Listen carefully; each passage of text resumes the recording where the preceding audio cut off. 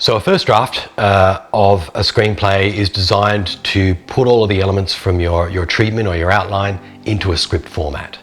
They're often longer than they should be.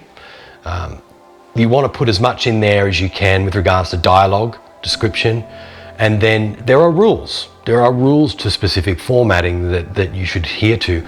We want to make a screenplay readable to someone, and it not something that takes them, 5 hours to read.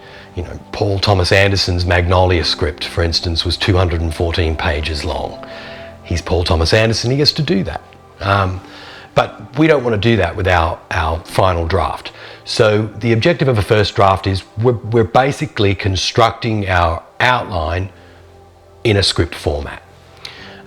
Then the real work starts. Then you have several development drafts where people read it, they give notes, and now you're cutting dialogue. Now you're repurposing description. You're looking at the economy. You're looking at transitions between scenes and scene sequences. You're starting to really use the craft of formatting instead of just storytelling. How do I make this more visual, for instance? Am I using sentences in the description that I can't film? So there is the first draft. There are probably, I've written 10 to 15 different development drafts of the one script in order to get it to a place where someone like a producer or a manager or an agent can read it and can read it effectively and get a sense of what they're going to make the film into. Then you have production drafts. Let's say someone buys your story, they buy your script, it's optioned.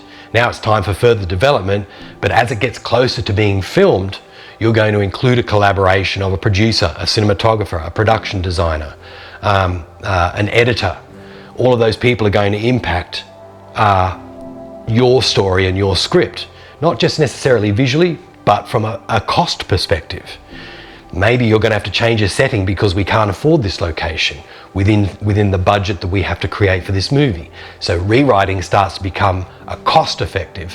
So if you're actually reading a script online and it doesn't have scene numbers and it's not a production draft, chances are it's an earlier draft, which is good because it shows you the construction of the story.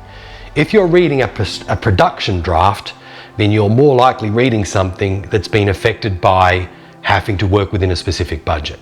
That's the difference between the drafts and how they evolve. And it works very similar from film into TV.